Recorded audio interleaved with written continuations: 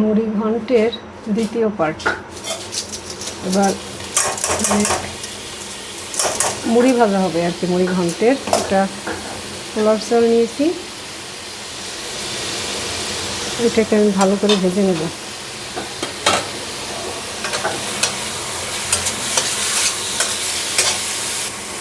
লবণ, হলুদের গুঁড়া দিয়ে আমি এটা একেবারে ভালো করে ভেজে নেব। ভাজা হচ্ছে, চালটা একদম ভালো করে ভেজে নিতে হবে। এটা আমি উঠায় রাখলাম। এবার একটু শুকনো মরিচ ফোড়ন দিয়ে দিই। এটা আসলে ঘ্রাণের জন্য, শুকনো মরিচের ফোড়নের একটা আলাদা ঘ্রাণ, যেটা রান্নার বাড়ায় দেয় আর কি, রান্নার স্বাদ মনে হয়, তাই না?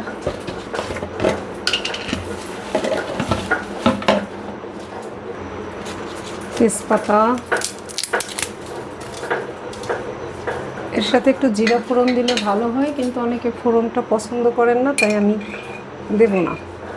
আমি ঘি দিয়ে দিচ্ছি, বাকি রান্নাটা আমি ঘিয়ে করব। চুলাটা আমি বন্ধ করে দিই। এবার একে একে এর মধ্যে মশলা দেব। কি মশলা দেব? আদা বাটা দেব, আদা বাটা, হলুদের গুঁড়া দিয়ে ঢেকে দিই, ছিটে ছিটে উঠতেছে। মরিচের গুঁড়া, ধনে জিরার গুঁড়ো। এবার এটা কষিয়ে নিই।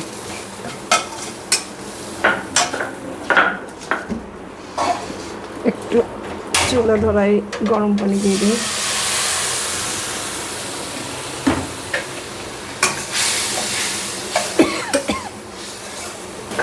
কাজু আর কিশমিশ দিয়ে দিলাম। বাদাম বাটা দিলেও ভালো হয়, বাদাম বাটা আছে কিন্তু আমি ভুলে গেছি বের করতে। আর একটু কষিয়ে নেই।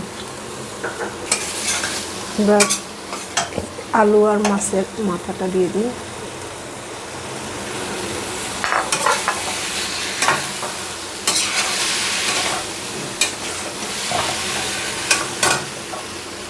দিয়ে দিই। আমি এটা ধুয়ে পানি দিয়ে দেব।